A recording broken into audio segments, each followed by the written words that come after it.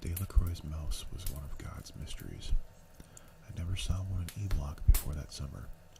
I never saw one after that fall, when Delacroix passed our company on a hot and thundery night in October. Passed from it in a manner that's so unspeakable I can barely bring myself to recall it.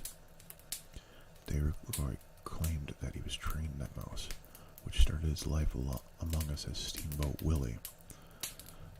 But I really think it was the other way around. Dean Stanton felt the same way, and so did Brutal. Both of them were there the night the mouse put its first appearance. As Brutal said, that thing just came half tame already. Twice as smart as that Cajun that thought he owned it. Dean and I were in my office, going over record box for the last year, getting ready to write follow-up letters to witnesses of 5 executions, and to write follow-ups to follow-ups and another 6 stretching all the way back to 29. Basically, we wanted to know one thing. Were they pleased with the service? I know it sounds grotesque, but it was an important consideration. As taxpayers, they were our customers, but very special ones. A man or woman who will turn out at midnight to watch a man die has got a special, pressing reason to be there, a special need. And if execution is a proper punishment, then that need ought to be satisfied. They've had a nightmare. The purpose of the execution is to show them that the nightmare is over. Maybe even it works that way. Sometimes. Hey, Brutal called from outside the door. There was a man. He was manning the desk at the head of the hall. Hey, you two. Get out here. Dean and I gazed at each other with identical expressions of alarm, thinking something had happened to either the Indian from Oklahoma, his name was Arlen Bitterbuck, but we called him the Chief, or in Harley Twirler's case, Chief Goat Cheese, because that's what Harry claimed Bitterbuck smelled like.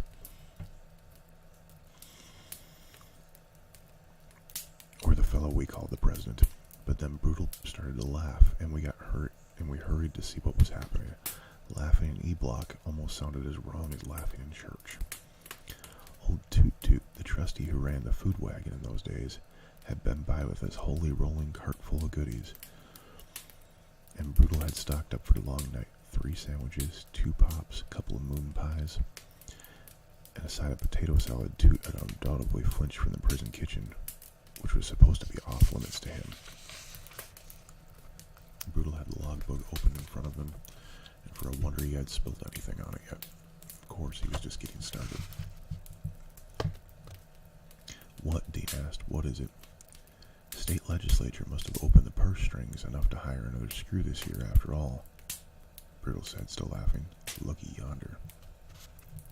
He pointed and saw that we saw the mouse. I started to laugh too, and Dean joined in. He couldn't help it. He really couldn't help it, because a guard doing quarter-hour check rounds was just like what the mouse looked like. A tiny, furry guard, making sure no one was trying to escape or committing suicide. He would trot a little way towards us at the Green Mile, turn his head from side to side as if checking the cells, then he would make another forward spurt. In fact, we'd almost hear most current inmates snoring away in spite of the yelling and laughter. Somehow made it even funnier.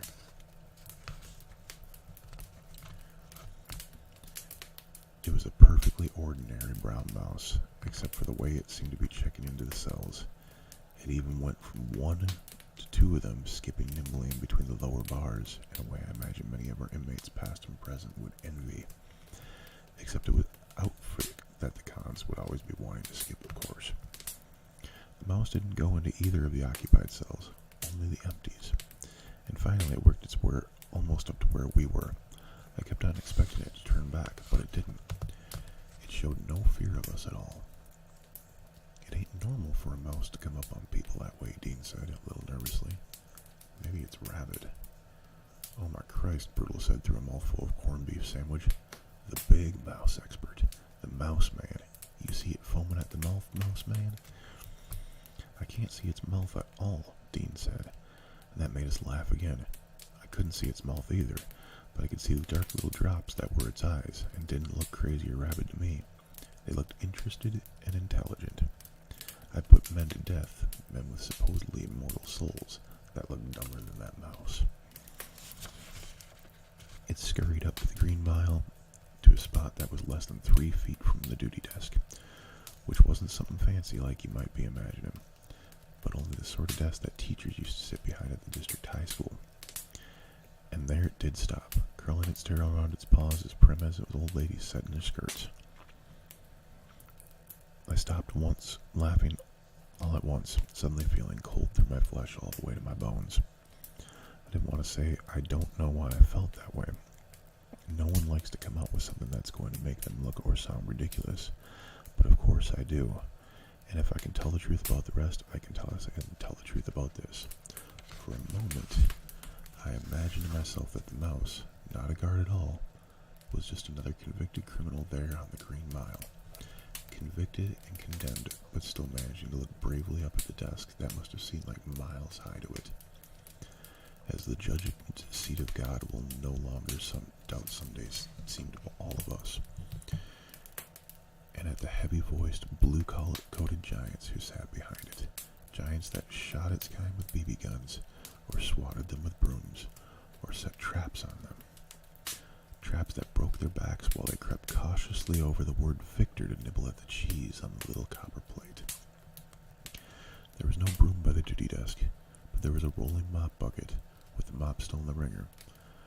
I'd taken my turn at swabbing the green lino of all 6 cells shortly before sitting down at the record box with Dean. I saw Dean meant to grab the mop and take a swing with it. I touched his wrist with the fingers, just as his fingers touched the slender wooden handle. "Leave it be," I said. He shrugged and drew his hand back. I had a feeling that he didn't want to swat it any more than I did. Brutal tore a corner of his corned beef sandwich and held it over the front of the desk, tweezed it delicately between 2 fingers. The mouse seemed to look up with an even livelier interest, as if it knew exactly what it was. Probably did. I could see its whiskers twitch and its nose wriggled. "Ah, Brutal, no," Dean exclaimed, and then looked at me. "Don't let him do that, Paul. If he's going to feed that damn thing, we might as well put out the welcome mat for anything on 4 legs. "I just want to see what he'll do," Brutal said, in the interest of science like. He looked at me. I was the boss, even in minor detours from routine as this. I thought about it and shrugged like it wouldn't matter much, one way or another. The truth was, I kind of wanted to see what he'd do too. Well, he ate it, of course. There was depression on, after all. But the way he ate it fascinated us all. He approached the fragment of sandwich, sniffed his way around it, then he sat up in front of it like a dog doing a trick, grabbed it, pulled the bread apart to get at the meat. He did it as deliberately and as knowing as a man tucking into a good roast beef dinner at his family restaurant, or his favorite restaurant. Never saw an animal eat like that, not even a well-trained house dog. And all the while he was eating, his eyes never left us. "Either one smart mouse or hungry as hell," a new voice said. It was Bitterbuck. He had awakened and now stood at the bars of his cell, naked except for a pair of saggy, seated boxer shorts. A home-rolled cigarette poked out from between the second and third knuckles of his right hand, and his iron-gray hair lay over his shoulders, once probably muscular but now beginning to soften, in a pair of braids. "You got any Injun words of wisdom about mices, Chief?" Burl asked, watching the mouse eat. We were all pretty fetched by the neat way it did, with a bit of corned beef in its forepaws, occasionally turning it or glancing at it, as if in admiration or appreciation. "No," said Bitterbuck. "Known a brave once that had a pair of what he claimed were mouse-skin gloves, but I didn't believe it."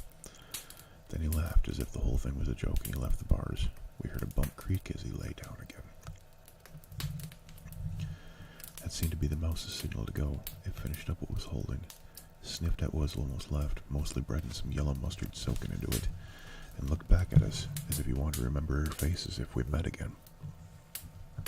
Then it turned and scurried off the way it had come, not pausing to do any cell checks this time. Its hurry made me think of the White Rabbit and Alice's Adventures in Wonderland, and I smiled. I didn't pause at the door to the restraint room, but disappeared beneath it. The restraint room had soft walls for people whose brains had softened a little. We kept cleaning equipment stored in there, and we didn't need the room for its creative purpose, and a few books, mostly westerns by Clarence Mulford, but one, loaned out only on special occasions, featured a profusely illustrated tale on which Popeye, Bluto, and even Wimpy, the hamburger fiend, took turns stuffing olive oil.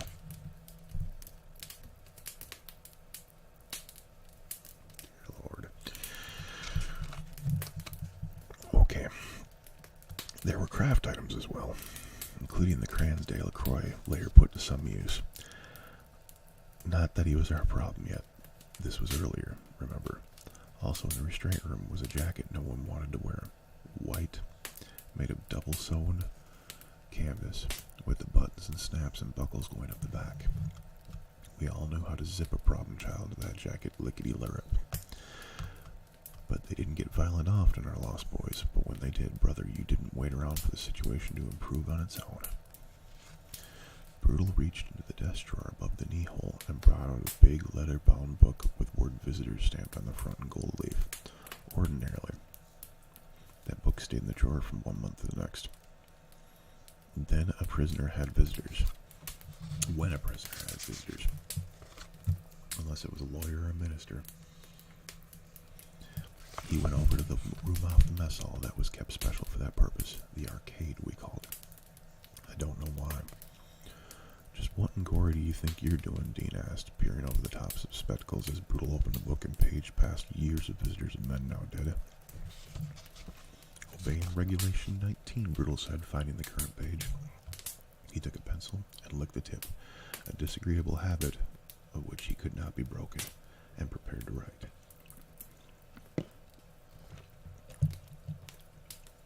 Regulation 19 stated simply, each visitor to E Block shall show a yellow administration pass and shall be recorded without fail. He's gone nuts, Dean said to me. He didn't show us his pass, but I'm going to let it go this time, Brutal said. He gave the tip of his pencil an extra lick for good luck, and then filled in 9:49 p.m. under the column headed on time on block. Sure, why not? The big bosses probably make exceptions for mice, I said. Of course they do, Brutal agreed. Lack of pockets. He turned to look at the wall clock behind the desk, then printed 10:01 on the column-headed time off block. The longer space between the two numbers was headed name of visitor. After a moment's hard thought, probably to muster his limited spelling skills, I'm sure I thought the idea was in his head already. Brutus carefully wrote Steamboat Willie, which was what most people called Mickey Mouse back in those days. It was because of that first talkie cartoon where he rolled his eyes and bumped his hips around and pulled the whistle cord in the pilot house of a steamboat. There, Brutal said, slamming the book closed and returning it to his drawer. All done and buttoned up. You taking off, Goody? I laughed, but Dean, who couldn't help being serious about things even when he saw the joke, was frowning and polishing his glasses furiously. He'll be in trouble if someone sees that, he hesitated and added. The wrong someone. He hesitated again, looking nearsightedly, almost as if he expected to see the walls had grown ears before finishing. Someone like Percy kiss my ass and go to heaven, Wetmore. Huh, Brutal said. The day Percy Wetmore sits his narrow shanks down here at this desk will be the day I resign. You won't have to, Dean said. They'll fire you for making jokes in the visitor's book if Percy puts the right word in the right ear, and he can. You know he can. Alright, Goody, you have a good night, or a good day, and we'll talk to you later. I will definitely be doing more of this, so you make sure to have a good day and a good sleep.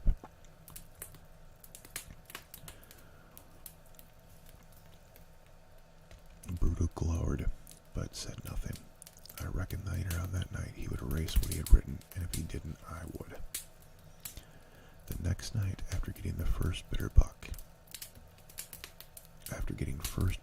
and then the president over to D Block, where we showered our group after regular cons were locked down, Brutal asked me if we shouldn't have a look for Steamboat Willie down there in the restraint room. I guess we ought to, I said.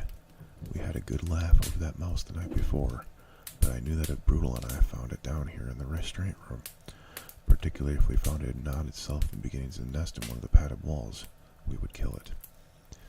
Better to kill the scout, no matter how amusing it was, than to have to live with the pilgrims.